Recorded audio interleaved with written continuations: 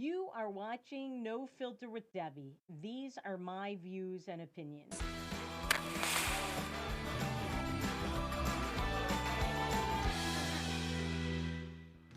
Welcome to No Filter with Debbie. I'm Debbie Schlussel, and you know what's driving me crazy?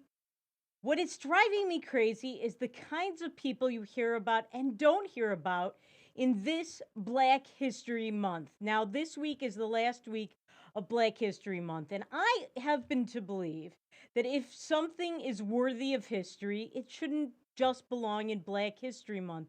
It should belong every single day of the year in American history. And the people I most admire in Black America who are part of Black history are in that category. They are Americans. I don't care what their skin color is. What they did was heroic or otherwise deserving of our honor, our praise, and our notice.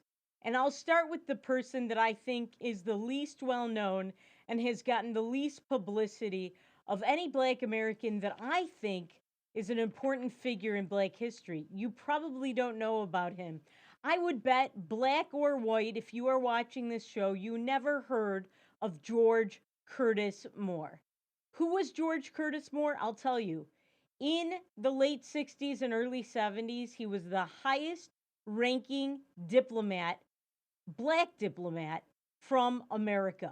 He was our highest ranking black individual in the US Foreign Service, and he was murdered by Islamic terrorists. In fact, Palestinian Muslim terrorists at the orders, the direct orders of PLO leader Yasser Arafat. So, this man was one of the first Americans who gave his life or who lost his life as a victim of Islamic terrorism. Yes, this didn't start with 9/11. It didn't even start in the 70s and in the late 70s and early 80s when our hostages were taken in Iran. This started in March of 1973. And let me tell you what happened. So, George Curtis Moore was the charge d'affaires at the U.S. Embassy in Sudan.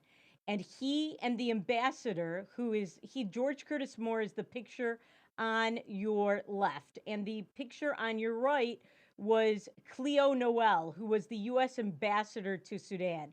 They were very close. They worked together very closely at the embassy, and they were both tortured and beaten to death. And they were beaten so badly that when their bodies were found at our embassy, after they were murdered by these Islamic terrorists, the authorities could not figure out which was the white man and which was the black man. And in fact, they had to use their dental records to identify them and tell them apart. That's how badly tortured and beaten these two men who were serving America overseas did nothing wrong.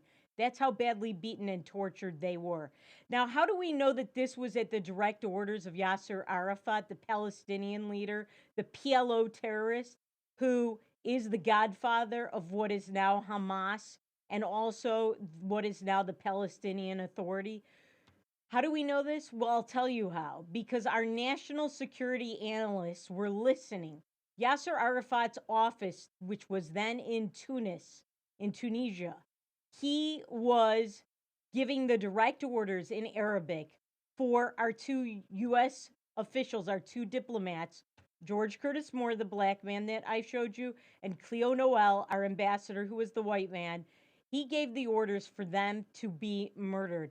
And we heard this because, in fact, I talked to the national security analyst who was the Arabic translator who listened to these tapes back in the 70s and heard the orders.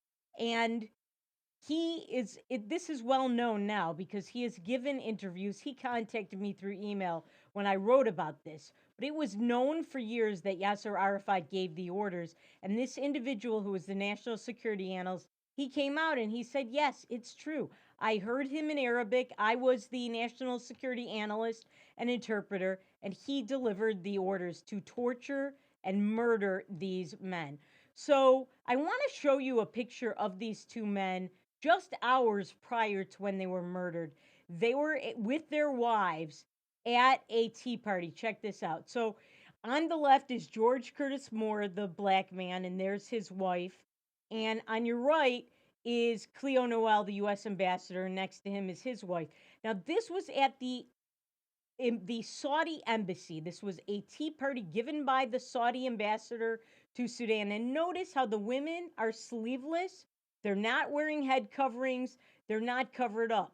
In those days, Americans dressed like Americans when they went to these events. Nowadays, when you see Americans and their wives and they go to any event at the Saudi embassy or in Saudi Arabia, they cover up and they cover their hair and they give in to the extremism and the Islamic treatment of women. They give in to that, but they did not in the 70s. So this picture was taken 7 hours before both these men were beaten to death and murdered on March 2nd, 1973. Now look at George Curtis Moore, the one on the left, the charge d'affaires, the black American, who at the time was our highest ranking black official in the U.S. Foreign Service.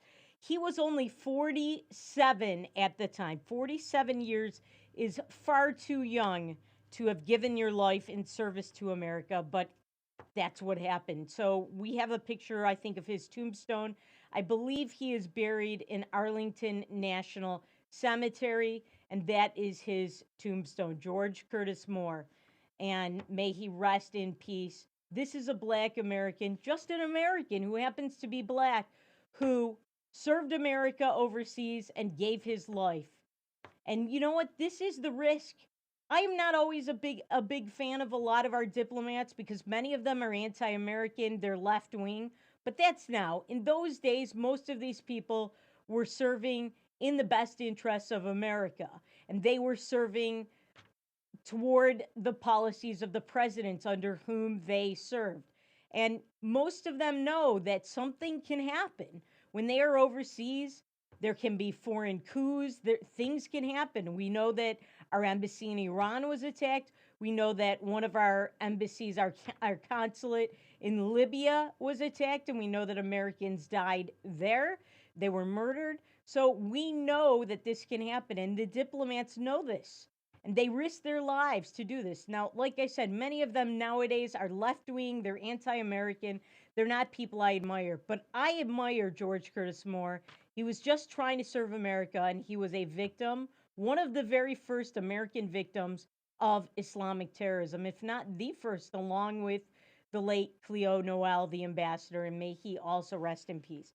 Now, I want to show you somebody else who is starting to finally get recognition, and that is Captain Paris Davis. Captain Paris Davis was one of the very first blacks who was admitted into the Special Forces, which is the same thing as the Green Berets. And this man is a hero. He is a great American. He rescued at least 2 Americans. Let me tell you what happened. He was in Vietnam. He was serving there in the U.S. Army.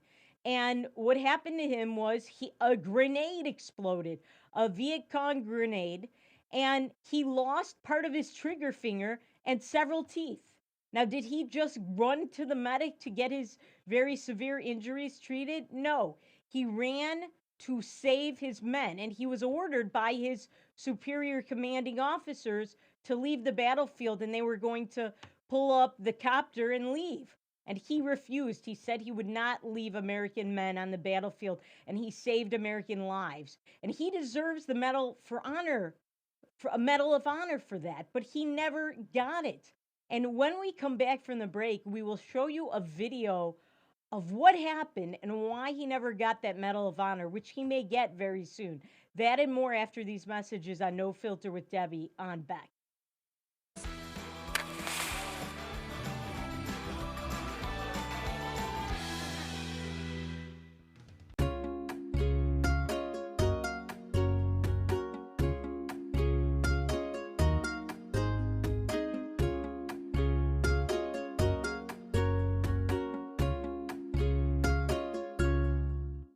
Respect, innovation, trust, and excellence.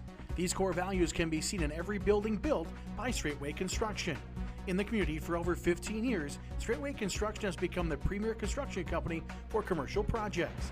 From dirt to design and framing to finish, Straightway Construction is your #1 choice. You won't have to look far to find a project that has that Straightway touch.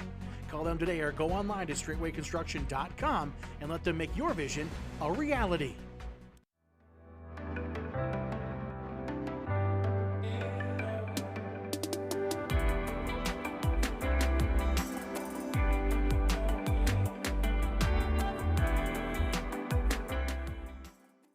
Hi, I'm Dennis Haugen, along with my sons Andy and Mike, and we're showing our support for wind energy in North Dakota. Wind energy has provided farmers like us with a steady stream of income that's not tied to the weather like crops and cattle are. Another bonus is that wind farm owners are required to maintain the roads leading up to the turbines. Because of that, oftentimes these roads are the best in the county. Wind energy is good for landowners, it's good for the land, it's good for our economy, and it's good for North Dakota. There's nothing more important than family.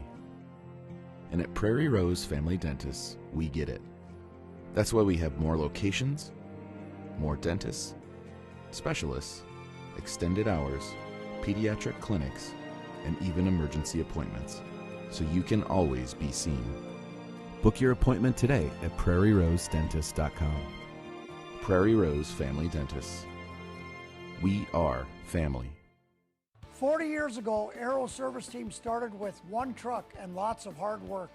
Times may have changed, but the hard work that we put in to get your lives back in order after fire, water, and disaster hasn't. Over the years, we've seen so many families lose their belongings due to water and fire damage. Restoring homes back to the original state has made every hour of hard work well worth it. Thank you for trusting our family with yours. When disaster strikes, you only have to make one call. Aero Service Team does it all. Pub 21, your one stop for fun, drinks, and food. Our spacious facility provides COVID-safe fun for you and all your friends. With nightly bingo and specials, you can be sure there's something to do for everyone. If you're staying in for the night, we've got you covered just across the way with Pub 21 Liquor. We have a wide variety of options, from wine to whiskey and everything in between. Stop in today at 1014 South 12th Street in Bismarck to see what all the buzz is about. You won't be disappointed.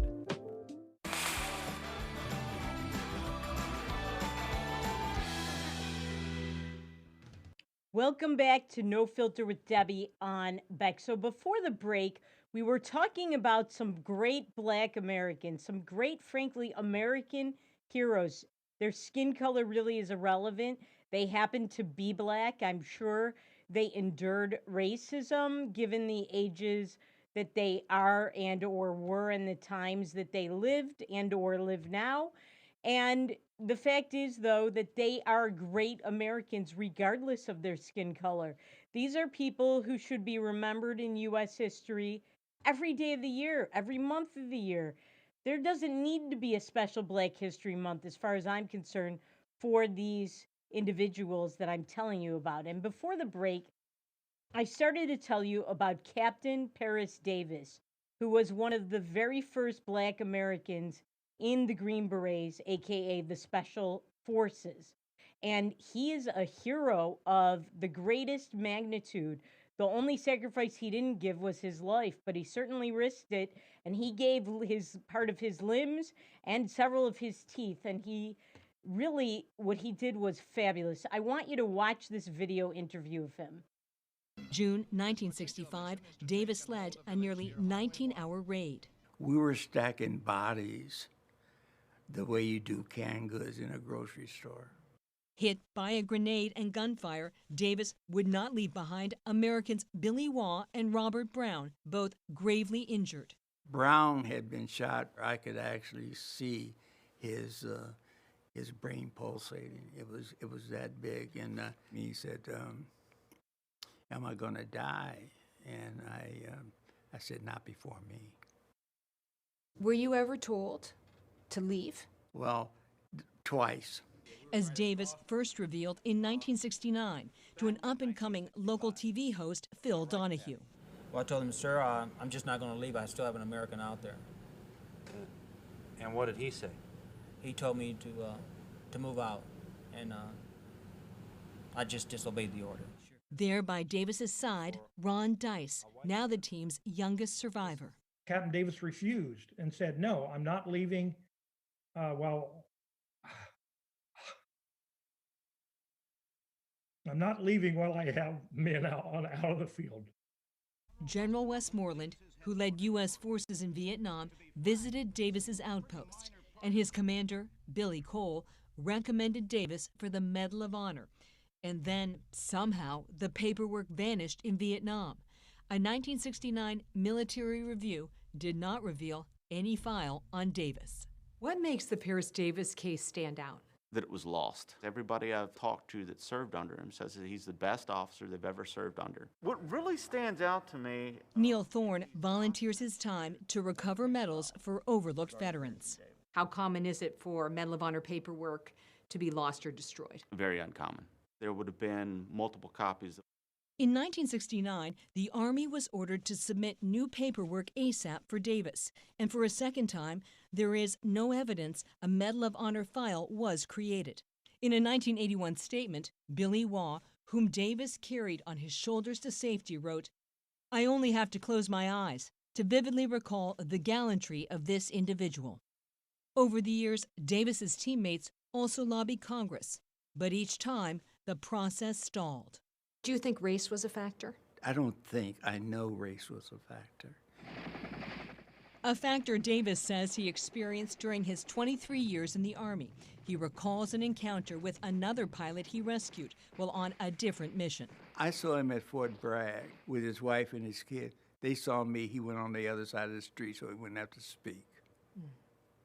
If that had been a white guy, he'd have gone over and hugged him.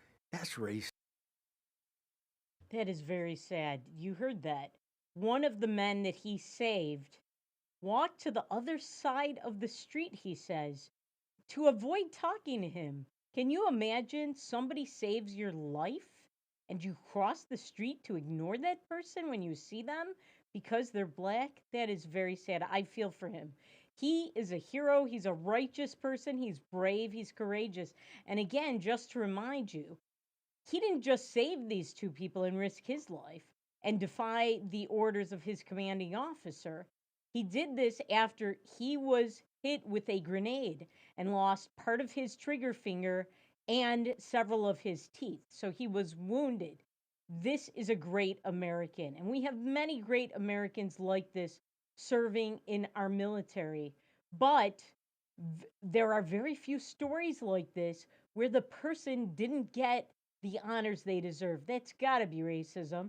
And I feel for this guy, but he may get his Medal of Honor very soon.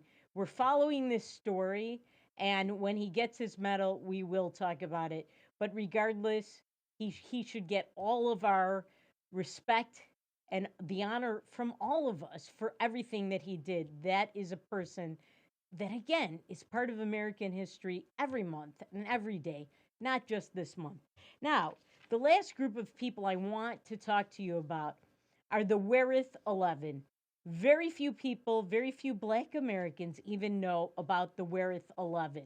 The Wereth 11 were 11 black soldiers, there they are, from the South, primarily from the South. I think one or two of them are from West Virginia, which of course broke off from Virginia over slavery. But they're mostly from the South. They served in the 333rd Battalion Unit, which was a very heroic black military unit during World War II. They fought, all of those 11 men, in the Battle of the Bulge. And the Battle of the Bulge, we were victorious, and they helped save lives. They helped win World War II. And they were traveling through Belgium after the Battle of the Bulge, and they got lost, and they were hungry, and it was cold. It was the dead of winter. There was snow out. It was freezing. And they went into a Belgian couple's house to get warmth, to get shelter, and to get some food. And this couple was helpful to them and was sheltering them. But unfortunately, some Nazis heard that they were there. And, the Nazis didn't just hate Jews, although they certainly hated them. They hated blacks as well. In fact, there was one black concentration camp member in Auschwitz, the son of an American. They hated blacks. So they heard that there were 11 American soldiers who were black. That's the jackpot for Nazis. And they hunted them down and they found them inside this couple's house. And they took them and they tortured them to death. They didn't just kill them. They brutally murdered them. They put out cigarettes on them. They burned them. And these men, they left their bodies to freeze. And their bodies froze and were hidden under the snow. And they did not even find their bodies and discover the whereabouts of these men until the snow thawed a long time later. Now, there is a memorial to the Wereth 11 in Wereth, Belgium, and there it is, and they deserve recognition. Now, their story is remembered in a movie I saw, a documentary called The Wereth 11, and you can watch that for free on Tubi TV, which the website is tubitv.com, tubitv.com, the Wereth 11, and you can Google it. There's one other site that offers it for free, and it's worth watching. I thought the documentary wasn't the greatest of documentaries in terms of its production and its narration, but there are very moving and touching moments in it, and I learned something from it. I learned the story of the Wereth 11, these men who served, who fought heroically, and then unfortunately they were victims of the Nazis and they gave their lives in the service to America. So that is what I think should be recognized, not just for Black History Month, but all of the time. These men are part of American history. They made America better and they helped save countless lives. When we come back, Dr. Rachel Levine, we have been following him/her or her/him. And now this Joe Biden candidate for Assistant Secretary of Health had her/his hearings today. And we want to show you some video from that and more. Mr. Potato Head is no longer a Mr. That and more after these messages on No Filter with Debbie on Beck.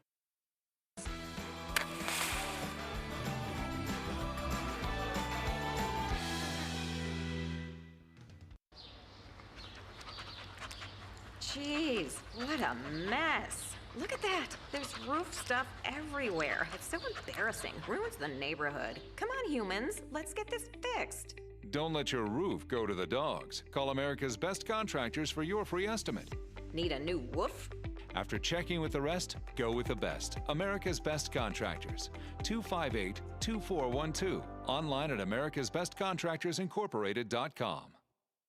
In southwestern and south central North Dakota, on any given day at any given moment, a Dakota Community Bank and Trust customer is logging in or signing on to do their online or mobile banking. We believe that community banking can blend both the past with down-home customer service in-house and the future with modern banking conveniences and technology for our customers anywhere, like here or here, all while honoring our long-standing tradition of community-first oriented banking here at Dakota Community Bank and Trust.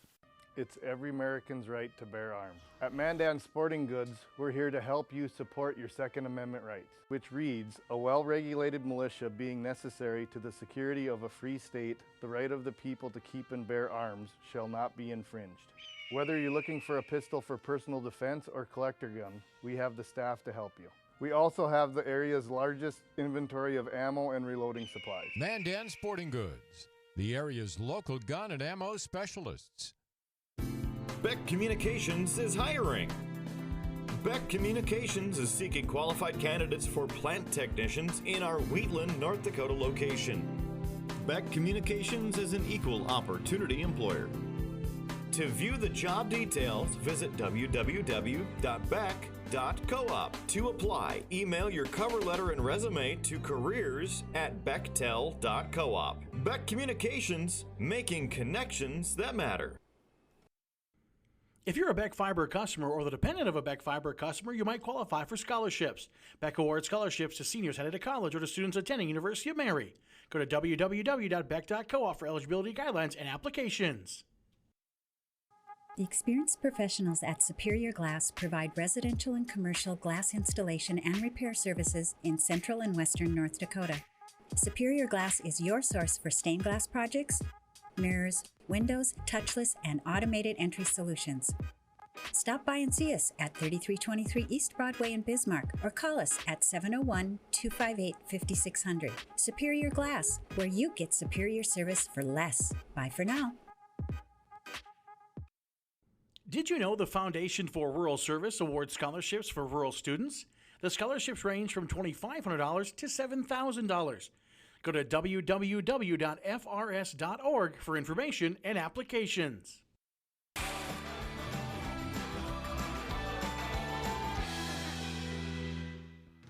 Welcome back to No Filter with Debbie on Beck. On this show, at least yesterday and the day before, we have been showing you some of the beliefs of Dr. Rachel Levine, who used to be called Dr. Richard Levine. He/she is a trans male to female. We've talked about her/him actually for months. From the beginning of Joe Biden's election, we've talked about his/her possible nomination. And now today, I'll just say she, even though I don't really believe she's a she, he's a she. Today, she had her confirmation hearings before the U.S. Senate. And thank God for Senator Rand Paul. He and Senator Kramer, I have to say, are my two favorite U.S. senators. I think they're smart. They say what needs to be said, and they don't let anybody manipulate them, including and especially the liberal media and liberal figures who have crazy ideas. And one of the very crazy ideas we've been showing you from Dr. Rachel Levine is that she believes that young children, as young as the age of 3, should be able to get government-sponsored sex changes. A 3-year-old understands this and should be basically transformed and ruined for life. You think a 3-year-old knows, oh, I was born a girl, but I want to be a boy. Or, oh, I was born a boy, but I want to be a girl. And then what happens when they're 20 and they realize, oh yeah, I'm a man and I don't have a penis anymore because the government did an operation because Dr. Rachel Levine said it was a good thing and I got it cut off or transformed into a vagina. I mean, this is what, I hate to use these words on TV, but this is what this Dr. Rachel Levine supports. We showed you the video where she said that kids who are prepubescent, pre-puberty, should get puberty blockers so that they won't mature into the gender that they are via DNA and via chromosomes. And instead, they should block that, and then they should get sex changes. And you should pay for that. So Rand Paul called her on this, and we have a couple of videos. First, we'll watch Rand Paul asking her some questions, and she's not answering. Watch this. Senator Paul. Genital mutilation has been nearly universally condemned. Genital mutilation has been condemned by the WHO, the United Nations Children's Fund, the United Nations Population Fund. According to the WHO, genital mutilation is recognized internationally as a violation of human rights. Genital mutilation is considered particularly egregious because, as the WHO notes, it is nearly always carried out on minors and is a violation of the rights of children. Most genital mutilation is not typically performed by force, but as WHO notes, that by social convention, social norm, the social pressure to conform, to do what others do and have been doing, as well as the need to be accepted socially and the fear of being rejected by the community. American culture is now normalizing the idea that minors can be given hormones to prevent their biological development of their secondary sexual characteristics. Dr. Levine, you have supported both allowing minors to be given hormone blockers to prevent them from going through puberty, as well as surgical destruction of a minor's genitalia. Like surgical mutilation, hormonal interruption of puberty can permanently alter and prevent secondary sexual characteristics. The American College of Pediatricians reports that 80 to 95% of prepubertal children with gender dysphoria will experience resolution by late adolescence if not exposed to medical intervention and social affirmation. Dr. Levine, do you believe that minors are capable of making such a life-changing decision as changing one's sex? Well, Senator, thank you for your interest in this question. Transgender medicine is a very complex and nuanced field. It's a very complex and nuanced field. Now, you know what I keep telling you on this show. Whenever somebody says it's complicated, it isn't. When they say it's complex and nuanced, it isn't. It's a simple yes or no question. And she/he did not want to answer it. But I think that tells you everything. This person supports kids having, as Rand Paul correctly noted, life altering operations that will change their lives forever. They haven't lived. They're children. They don't know better. They only know propaganda, propaganda from crazy parents who probably shouldn't have children or should have them taken away because they plant these ideas in their children's heads and they approve of these kinds of major surgeries on their children. That's what happens. Or it's propaganda from peers and teachers and Hollywood and children's programming and Mr. Potato Head, which we'll tell you about in a second. This is ridiculous. A 3-year-old, a 6-year-old, a 10-year-old, a 13-year-old, even a 16-year-old does not know what they want for the rest of their lives. They haven't lived. They don't know who they are. And this is major surgery. I mean, it used to be you could not get breast implants until you were 18. In some states even, or some places, doctors wouldn't even do it till you were 21. And this is not breast implants, something that could be reversed. This is altering and in many cases basically castrating kids, reconstructing their bodies significantly. They cannot go back. I just cannot believe that this person wouldn't say, no, I don't support that. But I do believe it because we showed you the video a couple of days ago. And this is very scary because this person, who frankly is sick in the head to support this kind of thing, is going to be the Assistant Secretary of Health, unless at least one Democrat and all the Republicans oppose this. That is frightening. And you know that this person is probably going to be approved. Because if they don't approve, then any senator that votes against her/him is going to be called a bigot and a transphobe. And that is very, very scary. Now, Rand Paul had a response. So watch this video. Let it go into the record that the witness refused to answer the question. The question is a very specific one. Should minors be making these momentous decisions? For most of the history of medicine, we wouldn't let you have a cut sewn up in the ER, but you're willing to let a minor take things that prevent their puberty, and you think they get that back? You give a woman testosterone enough that she grows a beard, you think she's going to go back looking like a woman when you stop the testosterone? You have permanently changed them. Infertility is another problem.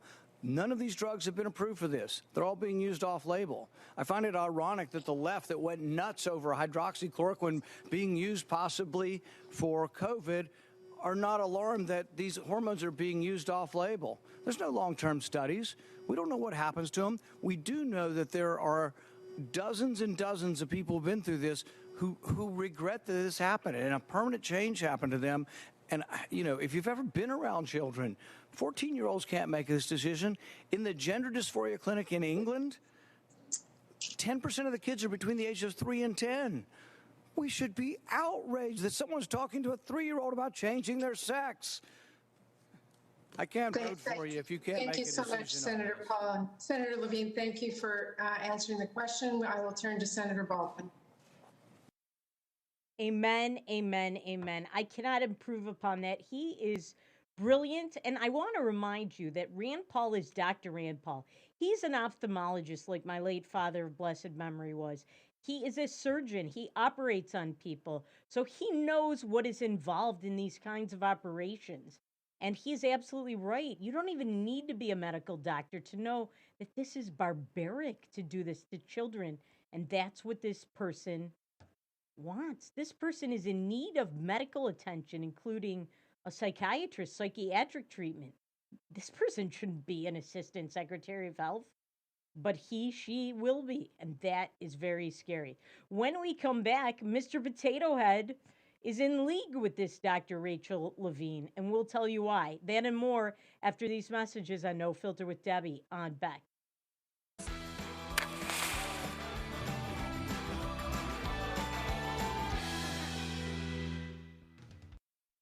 Howdy, folks. It's a Caroline Cafe. I reckon it's time you're due for a hearty meal. So saddle up for the day with one of our hay-bossing breakfast and homemade soups. Fill your grill at our salad bar. Sink your teeth into our famous Caroline burger and barbecue ribs. Top it off with spoon-rattling pie with a combo roll that's sure to put a smile on even the toughest outlaws. Shake the dirt off the boots each night and warm up with the gang. Tell them about it, Stacy. I can't wait to see you at the county line. Since opening in Hebron in 1940, Dakota Community Bank and Trust has been your hometown bank. Our mission has been to provide modern banking convenience with old-fashioned hometown service. We've grown with the communities we serve through year-round events, countless sponsorships, and nearly 7,000 hours of volunteering each year. Learn more about our 80-year history at dakotacommunitybank.com. Respect, innovation, trust, and excellence. These core values can be seen in every building built by Straightway Construction. In the community for over 15 years, Straightway Construction has become the premier construction company for commercial projects. From dirt to design and framing to finish, Straightway Construction is your #1 choice. You won't have to look far to find a project that has that Straightway touch. Call them today or go online to straightwayconstruction.com and let them make your vision a reality. Jeez, what a mess. Look at that. There's roof stuff everywhere. It's so embarrassing. Ruins the neighborhood. Come on, humans. Let's get this fixed. Don't let your roof go to the dogs. Call America's Best Contractors for your free estimate. Need a new woof? After checking with the rest, go with the best. America's Best Contractors. 258-2412. Online at americasbestcontractorsincorporated.com. Did you know the Foundation for Rural Service awards scholarships for rural students? The scholarships range from $2,500 to $7,000. Go to www.frs.org for information and applications.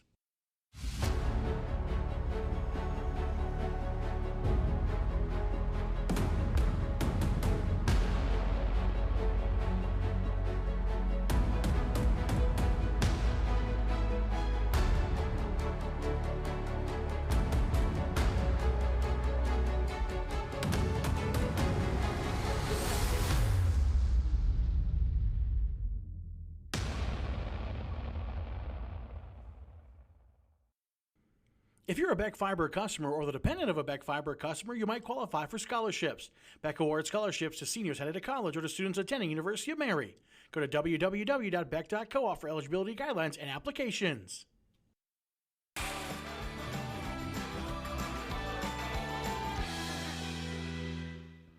Welcome back to No Filter with Debbie on Beck. So before the break, we were showing you the likely new Assistant Secretary of Health who thinks that kids should get government-funded gender reassignment surgery at the age of 6 or younger. That is scary.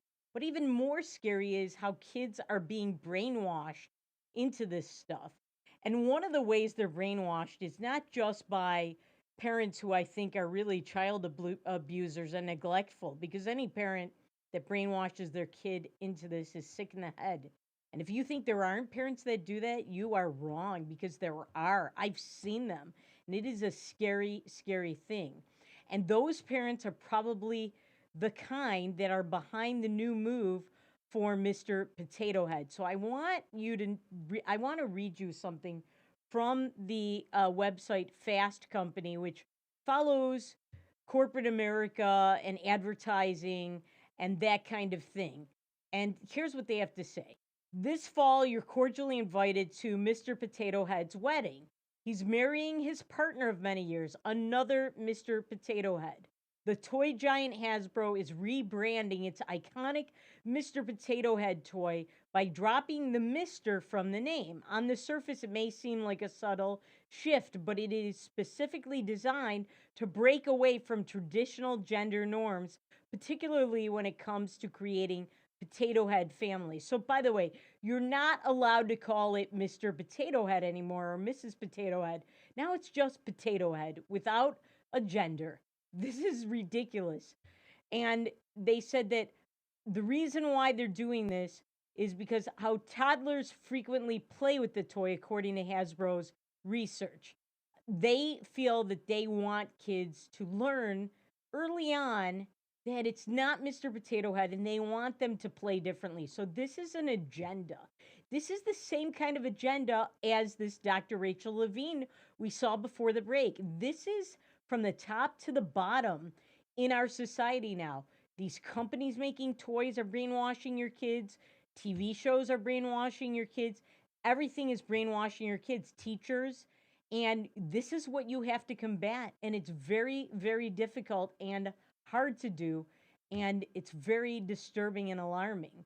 So the article continues that starting this fall, when the new brand is unveiled, kids will have a blank slate to create same sex families or single parent families.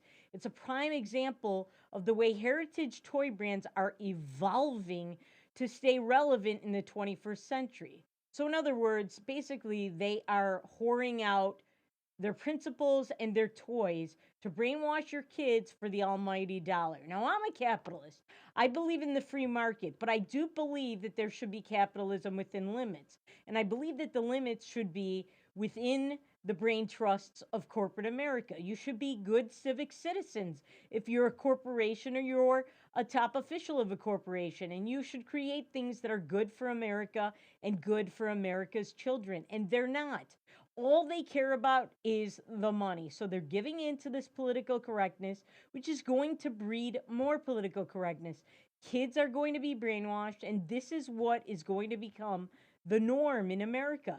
The Dr. Rachel Levines of the world are no longer a fringe. They're no longer, as psychiatric books and medical books used to say, they are no longer medically afflicted or psychologically afflicted.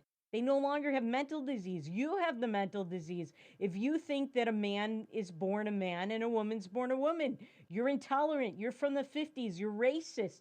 You're an evil white privileged person with backwards values. That's the way they look at it. This is the future of America, and it's not a very pretty future. It's the brave new world, and the brave new world is not necessarily a good thing. So there's that. Now, I'll show you how the brainwashing has already had an effect on America's youth. So Gallup took a poll of America's youth, and they found that Americans who identify as LGBTQ, A, B, C, D, E, F, G, and that includes the T, so the T is the trans, is up 5.6% just this year, in the last year. That's 5.6%. Now, since 2012, so in the last 9 years, it's been up 60%. That's very rapid and very scary, and it's moving very rapidly. Why is this happening? I'll tell you why. Because people are being brainwashed through things like Mr. Potato Head and through these ridiculous operations on kids like this Dr. Rachel Levine wants. All right, 1 in 6 Gen Zers now identify as LGBTQ. So look at this graphic. Look at this. The numbers among the younger generation, Gen Z, is up way more. And you can see as time goes by, it becomes more acceptable. And it's not about acceptable. I'm for tolerance. I don't believe we should persecute people. I do think some people are mentally ill when they have these thoughts to become trans and that they're not really the gender they are. And our psychiatric people used to say that, our medical people. Now they've given in to political correctness. But look at that. This is because of Hollywood, this is because of the media, and this is because of political correctness taking over. Why these numbers have gone up. It's kind of scary. All right, so there's that. Now, finally, on our trans topic that we have today, Marjorie Taylor Greene. You know I'm not a fan of hers. She's a bigot. She's crazy. She's a follower of QAnon. She never apologized to Jewish people like me. I'm a proud American. Listen, I am conservative. I support the right, but I don't support her. She said that people like me have controls Jewish space lasers. Believe me, I wish I had a Jewish space laser. She said that we started the California forest fires with our Jewish space lasers. If I had a space laser, I would destroy certain parts of the world through surgical attacks. There are certain places like Iran, maybe, and Gaza, but unfortunately, I don't have one of those. I don't own part of the international banking system either. But anyway, she did something, and I am on her side for this, and she's come under attack. So there is a congresswoman named Marie Newman. Marie Newman is a liberal Democrat. She has a trans daughter, which I don't know if that means that this person was really born a male and is still biologically a male and identifies as a woman. I think that's how it is. And she put out a trans flag in front of her office. And she sent out a tweet and other social media messages that the reason she put that out there was so that Marjorie Taylor Greene is going to have to see it every day because she voted against the law to expand rights to trans, all kinds of rights that are really going to be used to attack Christian schools and churches in America. We know that. So Marjorie Taylor Greene was smart, and she took a video of herself putting up a poster outside her office in response. She's come under attack. Here's the video.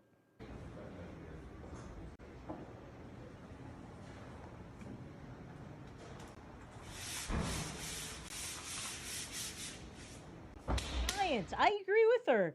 We've been told by liberals for the whole year since COVID began, trust the science. That's the science. You cannot say you're a female if you still have male chromosomes and DNA, no matter what parts of your body you cut off or reconstruct, and vice versa. That's how it goes. She's absolutely right. And listen, the Congresswoman Democrat did this to taunt her, and she can't take the heat. And if you can't take the heat, stay out of the kitchen. Take your own medicine. If you can't do it, don't deal out your medicine to others. When we come back, Governor Cuomo, we have a video where he's a little bit of a hypocrite with regard to all these sexual harassment allegations that are coming out against him, and also what's going on with the South Dakota Attorney General. That and more after these messages on No Filter with Debbie on Beck.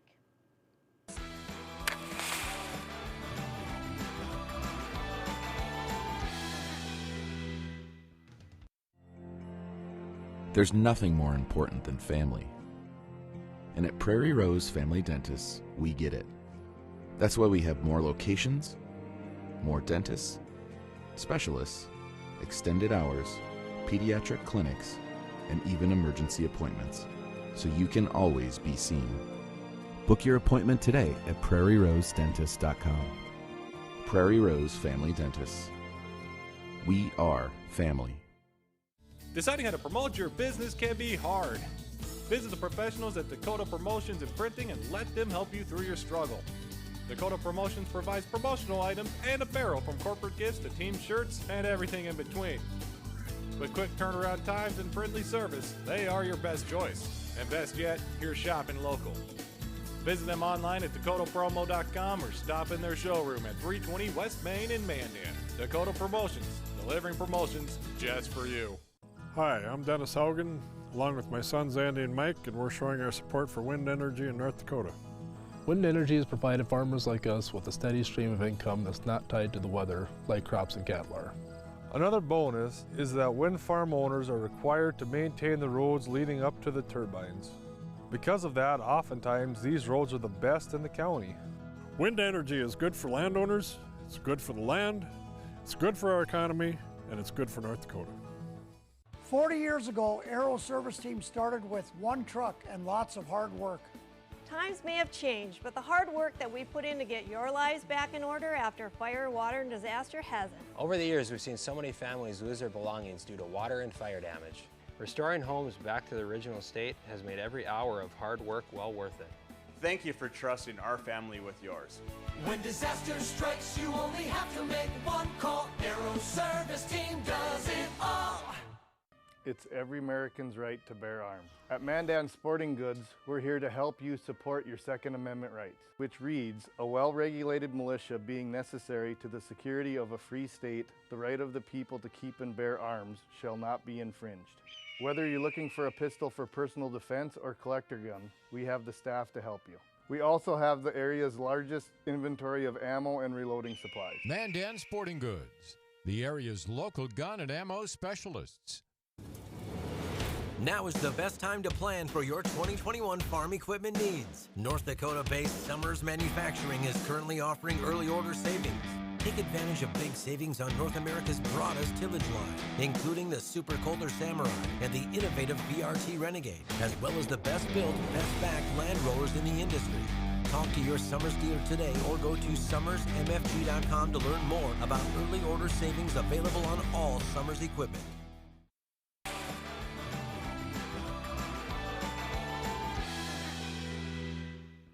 Welcome back to No Filter with Debbie on Beck. So we have been talking about Governor Andrew Cuomo of New York and how he lied to the federal government, to his own people in the state of New York, including public officials, about the number of people that died in nursing homes. He sent these people to die.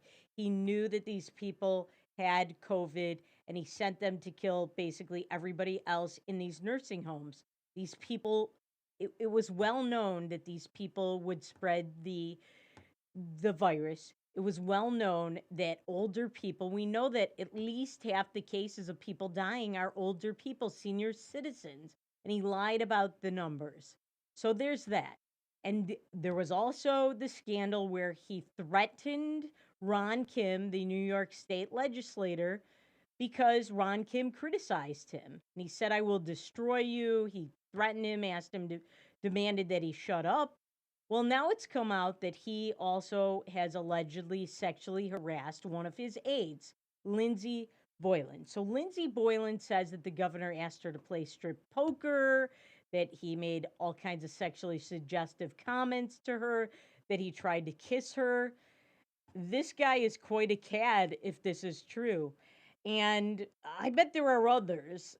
And I kind of believe it's true because he's a very arrogant person, and arrogant people tend to believe that they can get away with whatever they want and that the rules don't apply to them. He had that attitude with Thanksgiving, remember?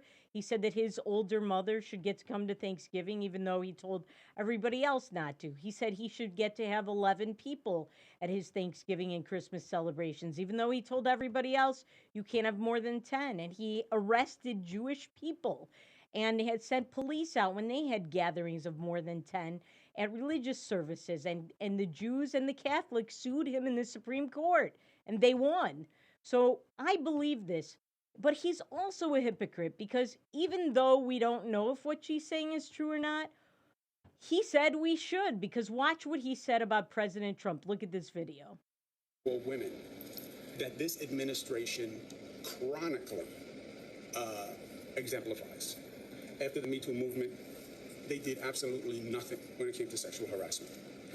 They have always diminished the charges of women, always, consistently, and they're doing it again. To cheapen or ridicule the pain a woman suffers from a sexual attack is disgusting, sexist and disgusting. To second guess how a woman should have acted after a sexual attack is sexist and disgusting.